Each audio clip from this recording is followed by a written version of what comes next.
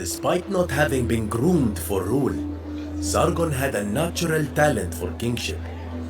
He built his new capital of Akkad to the north of Sumer, sending his new subordinates a powerful message. He would not follow the traditions established by past kings. No, this was truly a new beginning. An enormous court soon surrounded Sargon.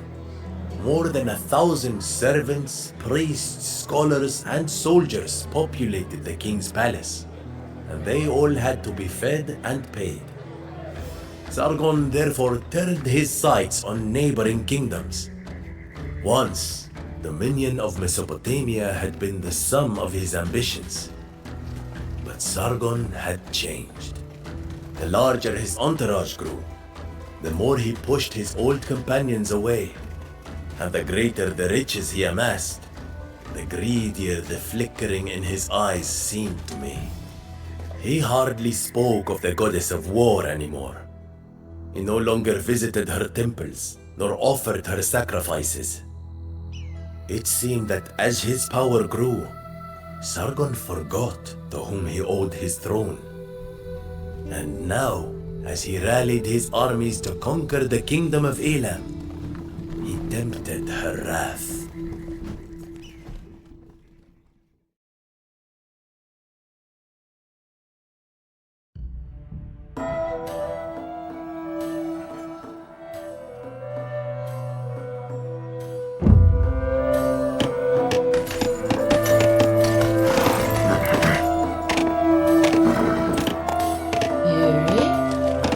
We will send the laborers that you need, but you must keep the Elamites away from our walls.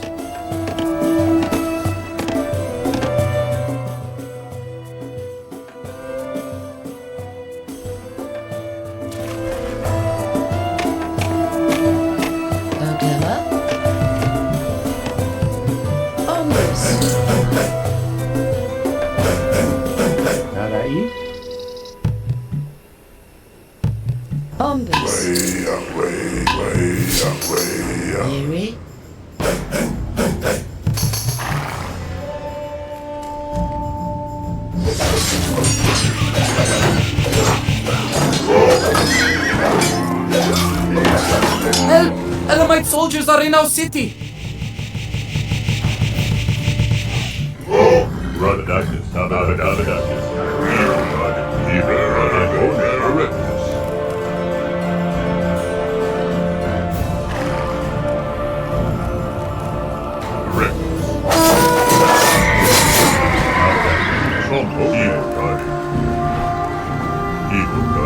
Do not shy away from taking what you need, soldiers. Plunder the enemy's homes as you please. None of you will face any consequences.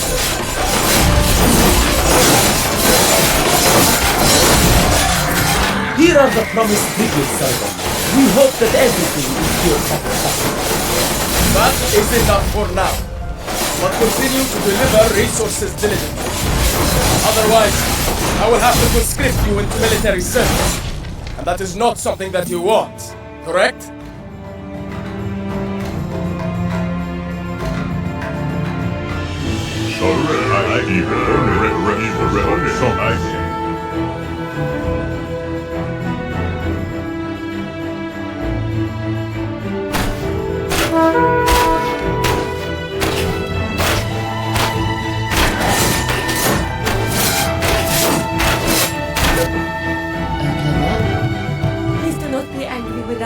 But we cannot support you properly as long as Elamite warships attack our faithful.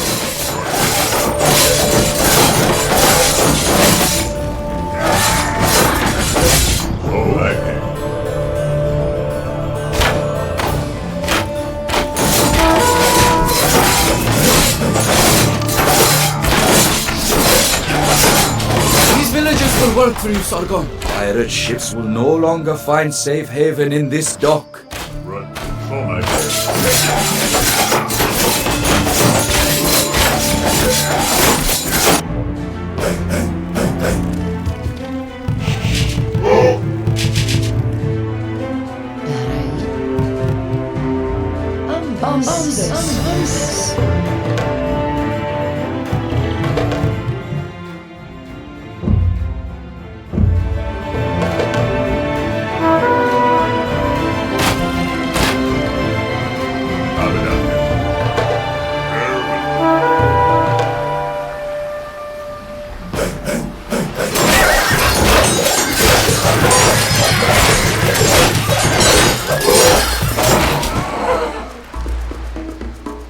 Abadakis. I hold on the target. Abadakis. Thomas. Rock. Evon target. Oh there. Another Elamite dog goes up in flames.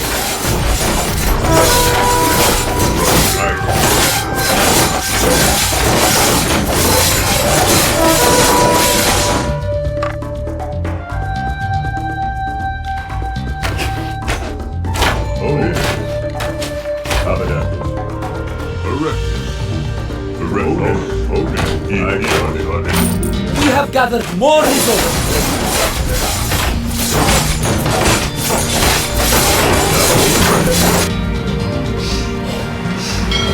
These villages will work for you, Sargon.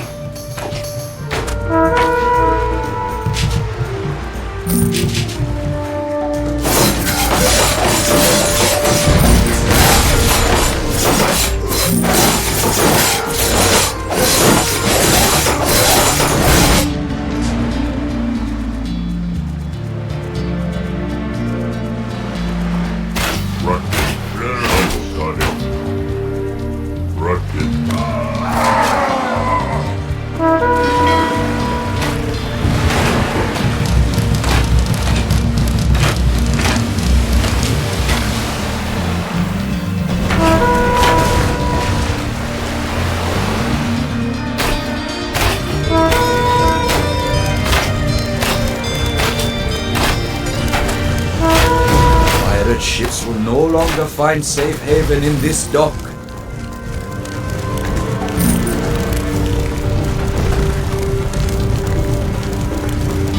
The enemy is among us! Send soldiers to help us, Your Highness!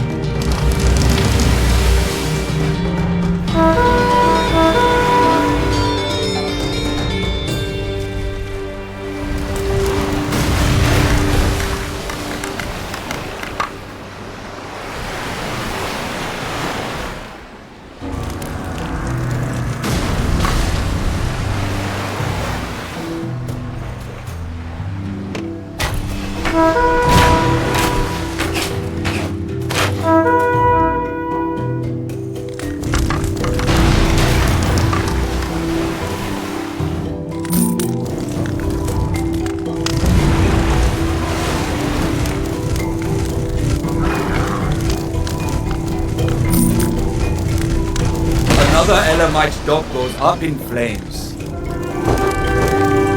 pirates of Elam have been driven from these waters. Now we can resume trade with the East and use its profits to support your campaign. Oh, great Sargon! We have gathered more resources for you, Sargon.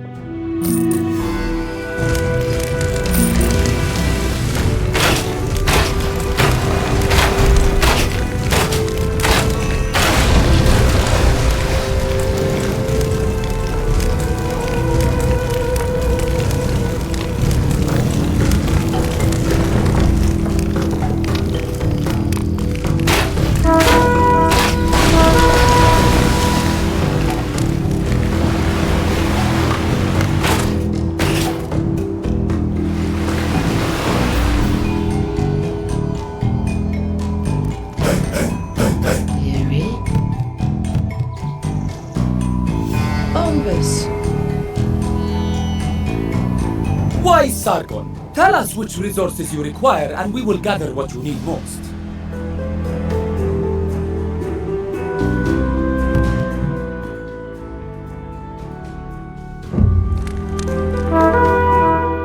Food. You need more food supplies. Very well. We will instruct our men to gather more food.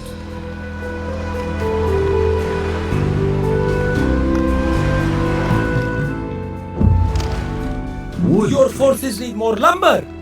All right. Our workers will now clear more trees. Stone. You plan to construct more towers and walls? Very well. We will provide you with stone.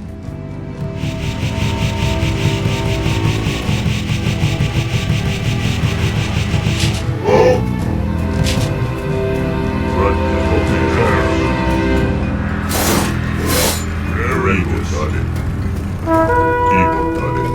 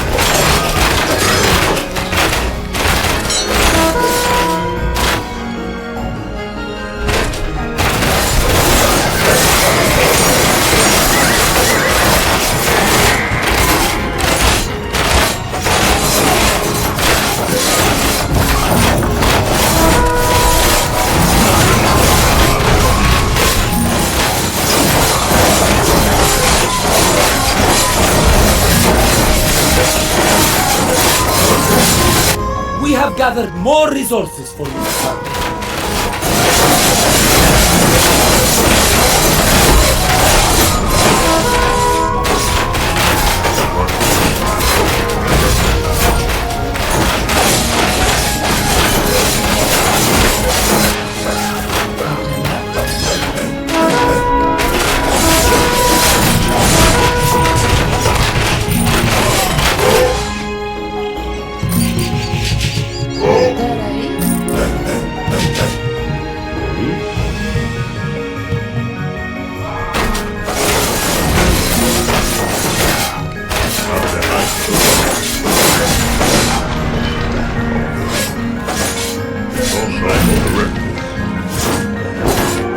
Elam is defeated.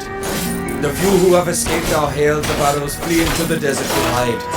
Victory is ours.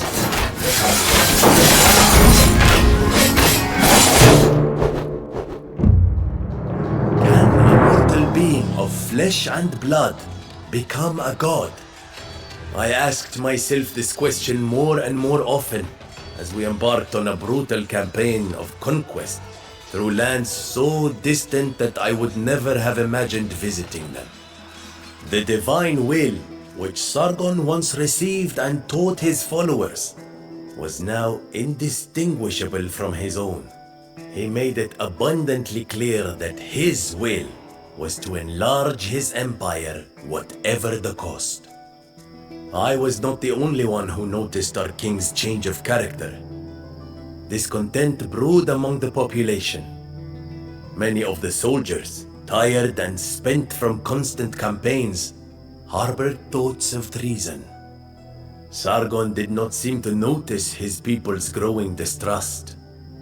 Caught up in his own world where friend and foe alike gave way to him, he was already planning his next conquest, a campaign that would lead us even deeper into darkness.